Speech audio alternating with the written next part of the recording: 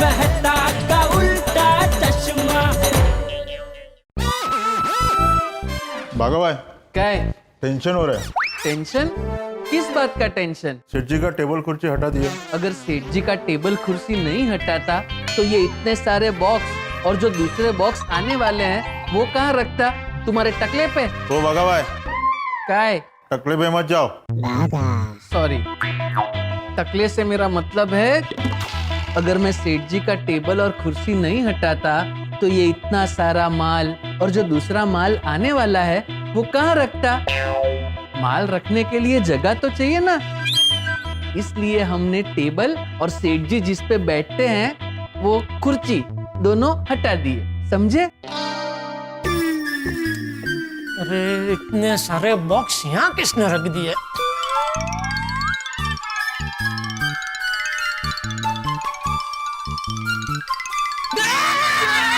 बोलो मत सेठ जी। सेठ जी आप चिल्लाए क्यों? अरे मेरा कुर्सी टेबल कहाँ है? वो दरअसल हुआ यूं सेठ जी के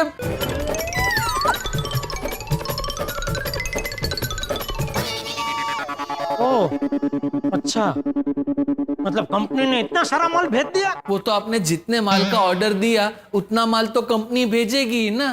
अरे मैंने ऑर्डर नहीं दिया है भाई। आपने ऑर्डर नहीं दिया? अगर आपने ऑर्डर नहीं दिया, मैंने ऑर्डर नहीं दिया, तो फिर ये इतने माल का ऑर्डर दिया किसने? बापूजी। अरे बापूजी क्यों ऑर्डर देंगे भाई? बापूजी सिर्फ मुझे ऑर्डर देते हैं। तो फिर ये इतने माल का ऑर्डर किसी ने ऑर्डर नहीं दिया है भाई, ये कंपनी ने अपने आप सामने से भेजा है माल। क्यों? क्या है, कोरोना काल की वजह से कंपनी के सारे गोडाउन माल से छलक गए, तो सब व्यापारियों को लोग रिक्वेस्ट कर करके बोल रहे हैं कि भाई थोड़ा थोड़ा माल अब अपने गोडाउन में रखो। पेमेंट की अभी कोई जल्दी नहीं है, जब भी माल बिके तभी पेमेंट देना। क्या सेठ जी आप भी? कोरोना काल की वजह से दुकान में एक भी कस्टमर आ नहीं रहा, सब ऑनलाइन शॉपिंग कर रहे हैं। पुराना माल बिका नहीं, ऊपर से नया माल आ गया। आपने कंपनी को नए माल के लिए हाँ क्यों बोला सेठ जी? अरे बोलना पड़ता है भाई, वो रिलेशनशिप जैसा कुछ होता है कि नहीं? सेठ जी रिलेशनशिप बोलना चाहते थे। अच्छा, मतलब तुझे ये रिलेशनशिप? हाँ, इसका मतलब पता है? नहीं मालूम। तो खड़ा खड़ा मुंडी क्या हिला रहा है? जा दुकान में जा। अरे बाघा को क्या देख रहा है? वो मुझे इसलिए देख रहा है क्योंकि वो कहना चाहता है कि दुकान जाकर वो करे क्या, क्योंकि दुकान में ना ही कोई कस्टमर आता है ना ही कारीगर। कारीगर? हाँ, पता नहीं सेठ जी ये दुकान की रिपेयरिंग का काम कब खत्म होगा। मैंने उस कॉन्ट्रैक्टर को फोन किया तो उसने बोला कोरोना की वजह से सारे कारीगर अपने गांव चले गए हैं। सेठ जी अगर ये दुकान के कारीगर लोग वापस ना आए तो दुकान की रिपेयरिंग का सारा काम मैं कर लूं? अरे भाई जिसका काम उसी को साझे, अपना जो काम है वो करना भाई। मैं तो करना चाहता ही हूँ, लेकिन दुकान में कस्टमर आए तो कभी कभी तो सोचता हूँ कि हमारी गड्ढा इलेक्ट्रॉनिक्स की जगह गड्ढा मिठाई की दुकान होती तो कितना अच्छा होता। कस्टमर आए या ना आए काम तो होता। क्या क्या काम होता? मक्खी उड़ाने का। अच्छा ठीक है, फिर चल मिठाई की दुकान खोल लेते हैं। तू लड्डू जलेबी मोहनथाल सब बनाना सीख जा। चल। सच्ची? क्या सच्ची? सेठ जी मजाक कर रहे। सेठ जी आप भले मजाक कर रहे हो, लेकिन अभी मुझे आपको सीरियसली एक सीरियस बात बोलनी है। अच्छा बोल।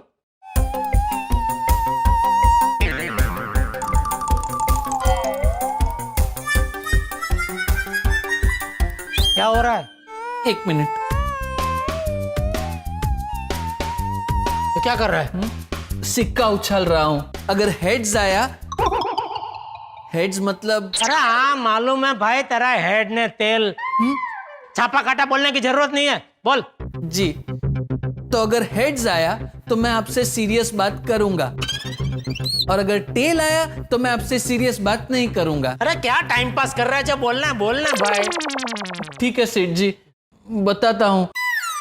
सेठ जी देखिए, मैं आपको बता रहा हूं, लेकिन प्लीज आप नाराज मत होना। ठीक है, बोल। सेठ जी, जैसे कि आप जानते हो, मैं जानता हूं, मगन जानता है, मैं क्या जानता हूँ? यही कि अभी कोरोना काल की वजह से दुकान में टीवी, फ्रिज और वॉशिंग मशीन की बिक्री एकदम कम हो गई है। जो भी लोग खरीदी करते हैं वो ऑनलाइन करते हैं। तो इस कोरोना काल में अगर कोई इंडस्ट्री चल रही है, चल क्या दौड़ रही है, तो वो है होममेड फूड इंडस्ट्री। वो मेरे मामा के साले का बेटा है ना, उसकी गारमेंट की बहुत बड़ी दुकान थी और धंधा भी एकदम धम धोकार चल रहा था।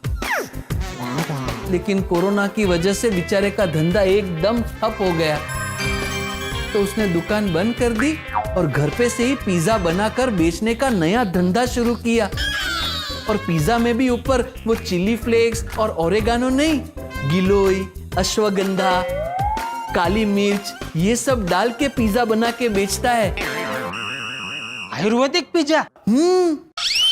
इससे इम्यूनिटी एकदम बढ़ती है सेठ जी, और कोरोना से लड़ने में एकदम फायदा होता है। उसका पिज्जा बहुत डिमांड में है। तो मतलब तू ये कहना चाहता है कि हम गड्ढा इलेक्ट्रॉनिक्स बंद करके पिज्जा बेचना चालू करें?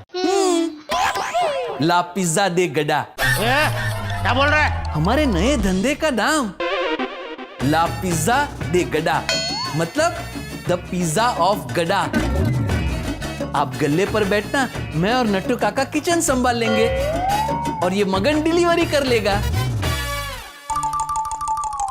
वो सब बराबर है, लेकिन पिज्जा बनाना आता है? पिज्जा बनाने में कौन सी बड़ी बात है, वो तो वीडियो देख देख के सीख लूंगा। किसका वीडियो? अरे सेठ जी, मोबाइल में आप सिर्फ टाइप करो पिज्जा बनाने की रीत, तो लाखों लोग आ जाते हैं सिखाने के लिए।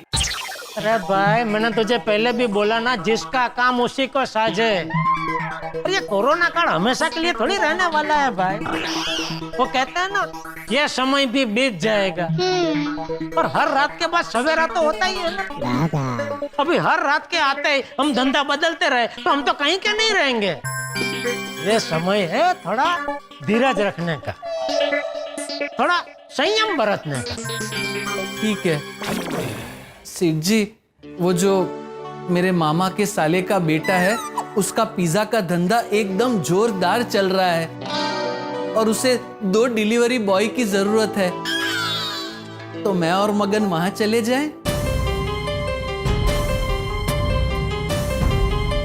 मतलब तुम दोनों गड्ढा इलेक्ट्रॉनिक्स छोड़ के जाने का सोच रहे हो? हमेशा हमेशा के लिए नहीं, जब तक इस रात का सवेरा नहीं होता है तब तक।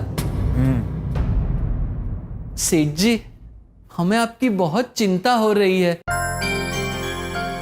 कोरोना काल की वजह से ऐसे भी धंधा एकदम मंदा हो गया है। ऊपर से इलेक्ट्रिसिटी का बिल, मेंटेनेंस, हमारा पगार। आप कब तक अपना नुकसान कर करके हमें संभालेंगे? हम अगर बाहर काम करने जाएंगे तो आपको राहत होगी। आप हमें जो पगार देते हैं वो बच जाएगा। सेठ जी, पेड़ भी छांव तब तक देता है जब तक उसे पानी और खाद मिले। आप हमारे पेड़ हो, वो भी बरगद के। अगर आपको पानी और खाद नहीं मिला तो आप सूख के नारियल का पेड़ बन जाओगे। फिर हमें छांव कैसे दोगे? बस बस बाघा, रुलाएगा क्या? अरे ऐसे कोरोना काल में नौकरी करने वाले डरते डरते ये सोचते हैं कि कहीं हमारे सेठ हमें नौकरी से निकाल ना दे। तुम लोग हो कि नहीं, मैं तुम दोनों को दूसरी जगह काम करने जाने की परवानगी हरगिज नहीं दूंगा। और अच्छे वक्त में हम लोग साथ में थे, तो बुरे वक्त में भी हम लोग साथ में ही रहेंगे। तुम लोग गड़ा इलेक्ट्रॉनिक्स का स्टाफ नहीं, मेरे परिवार हो।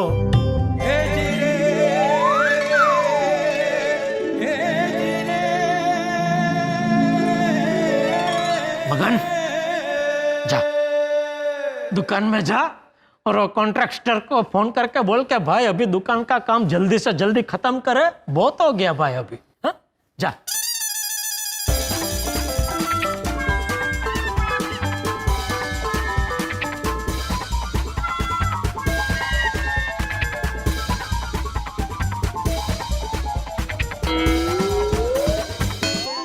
सेठ जी, मुझे बहुत चिंता हो रही है।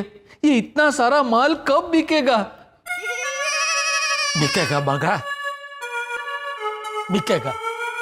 पता नहीं क्यों मेरी अंतरात्मा कह रही है कि एक बहुत बड़ा ऑर्डर आएगा और एक ही झटके में सारा माल बिक जाएगा।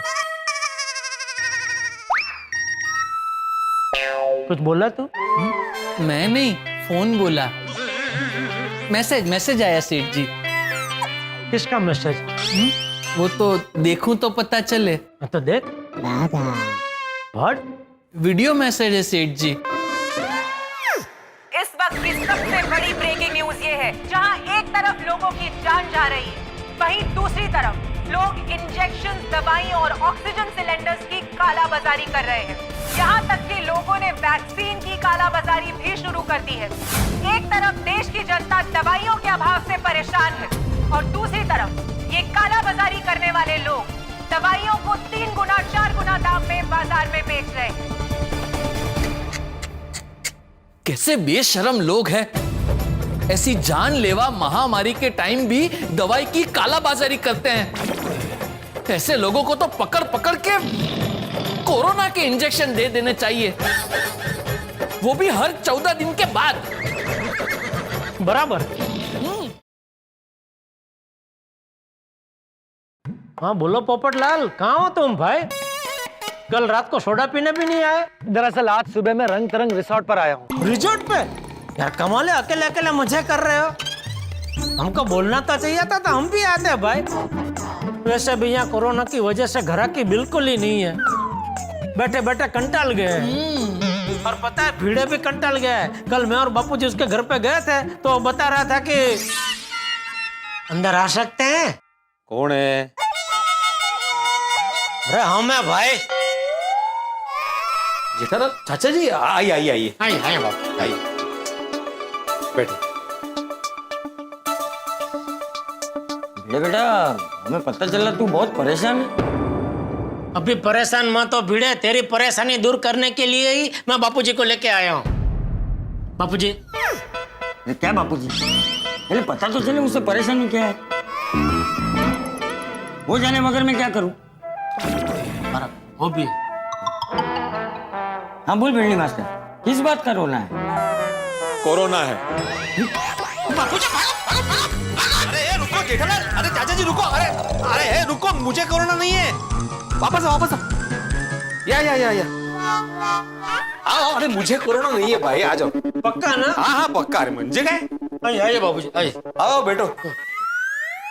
तू अभी क्यों बोला कोरोना है? अरे मेरा मतलब था कि कोरोना की वजह से बाहर जो हालात है उस वजह से परेशान हूँ। कोरोना की वजह से लगी हुई पाबंदियों से परेशान हो गया हूँ, सोसाइटी से परेशान हो गया हूँ। बेटा कोरोना है बराबर है, लेकिन हमारी इतनी प्यारी गोकुलधाम सोसाइटी से तू क्यों इतना परेशान है? नहीं मतलब वैसे सोसाइटी से परेशान नहीं हुआ हूँ चाचा जी, लेकिन क्या है कोरोना बढ़ गया तो सरकार की पाबंदियां भी बढ़ गई है और सरकारी नियमों के हिसाब से मुझे भी सोसाइटी में पाबंदियां लगानी पड़ रही है। अरे भिड़े बेटा, इसमें इतना परेशान होने वाली क्या बात है?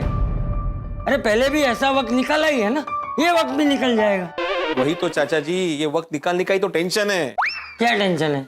अरे पूरी सोसाइटी का ध्यान रखना है, कौन आता है कौन जाता है, सबको रोक भी नहीं सकते और पूरी सोसाइटी को बंद भी नहीं कर सकते। और भगवान न करे अगर ऐसे में किसी को कोरोना हो गया और केसेस बढ़ गए तो सोसाइटी सील करनी पड़ेगी। अरे भाई चुप बोल, सोसाइटी सील नहीं होनी चाहिए भाई। तो मैं भी तो वही चाहता हूँ जेठालाल, लेकिन मैं अकेला कहाँ ध्यान रखूंगा और वो बेचारा अब्दुल भी कहाँ ध्यान रखेगा। सोसाइटी बंद करूँ तो प्रॉब्लम, ना करूँ तो प्रॉब्लम। जरूरी सामान वालों को आने देना है, किसी के घर पे अगर मेहमान आते तो उनको भी आने देना है, उनका रिपोर्ट चेक करना है, और अगर उनके पास रिपोर्ट नहीं है तो उनके साथ मेंबर के साथ मगजमारी। एक जिम्मेदार नागरिक होने के नाते हम नियम तोड़ नहीं सकते, सोसाइटी के बाहर जा नहीं सकते। पिछला लॉकडाउन तो कैसे कैसे निकाल दिया, लेकिन इस बार भी वही, घर में बैठे रहो कैदी की तरह, कहीं आना नहीं, कहीं जाना नहीं। क्या करूं चाचा जी, मैं सोच सोच के परेशान हो गया हूं। देख भिड़े बेटा, मैं समझ रहा हूँ कि तेरी परेशानियां ज्यादा है, लेकिन कौन इस परेशानी से नहीं गुजर रहा है? अभी जेठिया को ही देख ले, उसकी दुकान बंद है, फिर भी बैठा है ना शांति से। नहीं बापूजी, ऊपर से ऐसा लग रहा होगा कि मैं शांति से बैठा हूँ, बाकी अंदर से तो मेरा मन नहीं जानता मैं कितना परेशान हूँ। अरे तू शांति रखना भाई, भैया आने समझाओ, तू क्या तारीफ पे पूरी वगड़ा बेटो, शांति।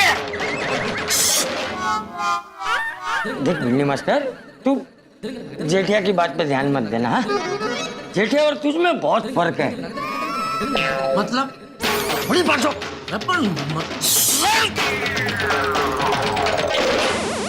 तो क्या कह रहा था मैं?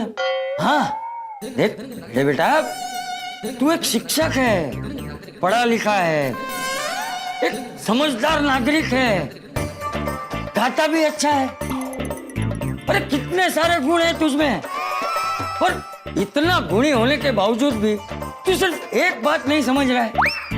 अभी जो भी हालात है उसमें हम सबको मिलके सिर्फ एक ही चीज रखने की जरूरत है, धीरज। बेटा, हमें धीरज रखने की जरूरत है। आपकी बात बराबर है चाचा जी, लेकिन मैं हूं तो आखिर इंसान ही ना। कब तक ये कोरोना रहेगा, कब तक हम पे सारी पाबंदियां रहेगी, कब तक हम लोग ऐसे घर में बंद रहेंगे, ये सोच सोच के सर घूम रहा है मेरा। नहीं बिल्कुल बराबर बोल रहा है भिड़े, तू समझ में नहीं आ रहा है आखिर कब तक ये सब चलता रहेगा। अभी देखना, पिछले लॉकडाउन के बाद मेरा धंधा धीरे धीरे पटरी पे ऐसे चढ़ ही रहा था कि फिर से अभी दुकान बंद करनी पड़ी। वैसे तो हम आजाद देश के नागरिक हैं, लेकिन कहाँ है हमारी आजादी? पता नहीं कब हम पहले जैसे घूमेंगे फिरेंगे, नाचेंगे गाएंगे ऐश करेंगे। और क्या मिलेगी बेटा, बेटा आजादी मिलेगी। क्यों ना हम सब लोग कहीं दूर ऐसी जगह चले जाएं जहाँ पे कोरोना का टेंशन कम हो, कोरोना के केस कम हो, और जहाँ ज्यादा पाबंदियां ना हो।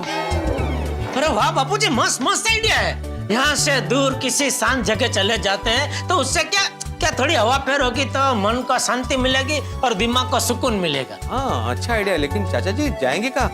आपको पता है कोई ऐसी जगह? नहीं, जगह के बारे में तो अभी सोचा नहीं है, क्या है ना, अभी विचार आया है ना ये। हाँ बराबर। लेकिन कोई बात नहीं, सोचते हैं, तू भी सोच, हम भी सोचते हैं। हाँ कोई ना कोई जगह तो मिल ही जाएगी। हाँ फिर निकल पड़ेंगे हम सब गोकुलधाम वासी। हाँ, पोपटलाल जाने से पहले एक बार बताना तो चाहिए था, पूरा गोकुलधाम तैयार हो जाता आने के लिए भाई, और तुम अकेले अकेले मजे करने निकल पड़े। मजे करने नहीं आया हूँ भाई, जरूरी काम से रंग तरंग रिसोर्ट आया हूँ। ओ, तो जरूरी काम के बीच में मेरी याद कैसे आ गई भाई? अरे भाई, रिसोर्ट में तुम्हारे फायदे की बात पता चली है, इसलिए तुम्हें फोन किया है। मेरे फायदे की बात मतलब? ये रिसोर्ट में 200 रूम्स है, और 200 रूम्स के लिए 200 टीवी और 200 फ्रिज चाहिए उनको। मतलब 200 टीवी और 200 फ्रिज, बहुत बड़ा ऑर्डर है। मेरी यहाँ के मैनेजर से बात हुई तो उसने कहा कि पुराने टीवी और फ्रिज बदलकर नए लगाने हैं। क्या बात कर रहे हो पोपटलाल? 200 टीवी और 200 फ्रिज? कांग्रेचुलेशन। दो मिनट। अरे ये ऑर्डर चाहिए तो तुरंत यहाँ रंग तरंग रिसोर्ट आ जाओ, वरना हो सकता है कि ऑर्डर किसी और को चला जाए। क्यों, तुमने किसी और को भी फोन किया है? अरे नहीं भाई, वो मैनेजर अपने किसी पहचान वाले को ऑर्डर देने की बात कर रहा था, मैंने उसे रोक के रखा है। मैंने उसे कहा कि पहले मेरे मित्र जेठालाल से मिल लो, अगर उसके साथ बात ना बने तो अपने पहचान वाले को बुला के ऑर्डर दे देना। अरे नहीं भाई, बात कैसे ना बने, इतना बड़ा ऑर्डर है, मैं बात बना के छोड़ूंगा। भाई वाह, जेठालाल की जिंदगी की गाड़ी को एक नई दिशा मिल गई है। भाई जेठालाल की जिंदगी की गाड़ी में मुसीबत की वजह से जो पंक्चर हो गया था, उसमें पोपटलाल ने उत्साह की हवा भर दी है। पत्रकार पोपटलाल। दोस्तों, कोरोना के इस काल में, लॉकडाउन के समय में हर छोटे बड़े व्यापारी मंदी से परेशान है। कई व्यापारी लॉकडाउन का विरोध भी करते हैं, लेकिन साथ में जान भी बचानी है। और इस मुसीबत के वक्त जो दवाई की कालाबाजारी करते हैं उन्हें पकड़ना भी बेहद जरूरी है। इसलिए पोपटलाल ने 200 टीवी और 200 फ्रिज के ऑर्डर की गाजर दिखाकर जेठालाल को खुश कर दिया है। जेठालाल खुशी से झूम उठे हैं, अपने साथ बापूजी और बाघा को भी ले जा रहे हैं। लेकिन वहां पहुंचने पर जब पता चलेगा कि ये कोई ऑर्डर नहीं है तो क्या बिजली गिरेगी जेठालाल पर। फिर जेठालाल पोपटलाल का क्या हाल करेंगे? बस देखते रहिए तारक मेहता का उल्टा चश्मा, देखते रहिए, हंसते रहिए। For more updates, subscribe to our channel, click the show links and enjoy watching the videos.